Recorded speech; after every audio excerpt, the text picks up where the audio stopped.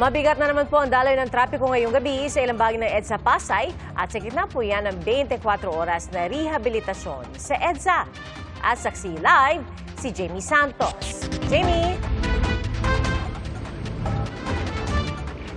Pia, Paskong Pasko pero tuloy-tuloy ang pagtatrabaho sa pagsasaayos ng EDSA. Kaya naman kahit marami ang nakabakasyon, nakaranas ng mabigat na daloy ng trapiko kanina.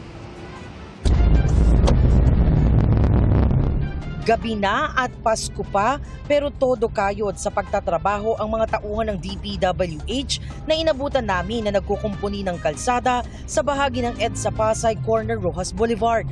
Bahagi ang lugar sa isinasagawang EDSA Rehab. Binabakbak ang bahagi ng kalsada dahil reblocking na gagawin. Kaya naman nagiging mabagal ang usad ng mga sasakyan. Alas 4 ng hapon, bumagal din ang daloy ng trapiko sa bahagi ng southbound ng EDSA sa Guadalupe. Isinara rin sa bahaging ito ang bus carousel lane kaya napipilitan ng mga bus na makisiksik sa lane ng mga pribadong sasakyan. Kasi holiday ngayon, so parang mas mabilis. Definitely, balik tayo dedicated lane. Bukas may pasok na parang gamit yung second innermost lane. Nagsasagawa rin ng asphalt overlay sa inner lane ng EDSA. Halos 2 lane na lamang ang nadaraanan.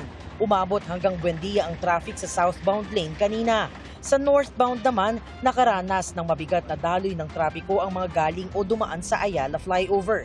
Pagbaba kasi rito, sasalubong ang mga gumagawa ng asfalto sa naturang bahagi ng kalsada. Nakadagdag pa sa pagsisikip ng daloy ng trapiko ang mga nakaparadang truck at sasakyan ng mga tauhan na nagsasagawa ng roadworks. Para sa gabay ng mga motorista, may social media post ang DPWH sa apektadong lugar na magkakaroon ng concrete reblocking. Magkakaroon din ng asphalt overlay sa southbound lane. Ang DPWH nagbigay na rin ng updated schedule ng 24 oras na repair works mula December 28 hanggang January 5, 2026. Apektado ng concrete reblocking ang ilang lanes ng EDSA Taft hanggang FB Harrison southbound at sa gawing Ayala Underpass exit. Sa northbound, apektado ang EDSA Rojas Boulevard hanggang Sergeant Mariano at sa gawing EDSA Orense. May asphalt overlay naman sa ilang bahagi ng northbound lane ng tramo hanggang E. Rodriguez hanggang Kalayaan, Rojas Boulevard hanggang FB Harrison hanggang Tramo Bus Station at Ayala Underpass hanggang Urdaneta Subdivision. Gayon din sa southbound ng Loring Street hanggang Rojas Boulevard, Ayala Underpass hanggang Tramo Bus Station at Palm Drive hanggang Ayala Underpass.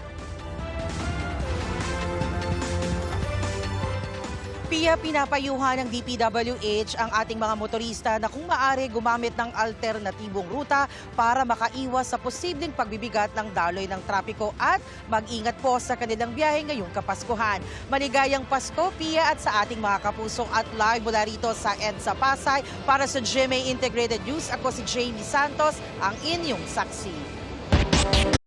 Mga kapuso, maging una sa saksi. Mag-subscribe sa GMA Integrated News sa YouTube para sa iba't ibang balita.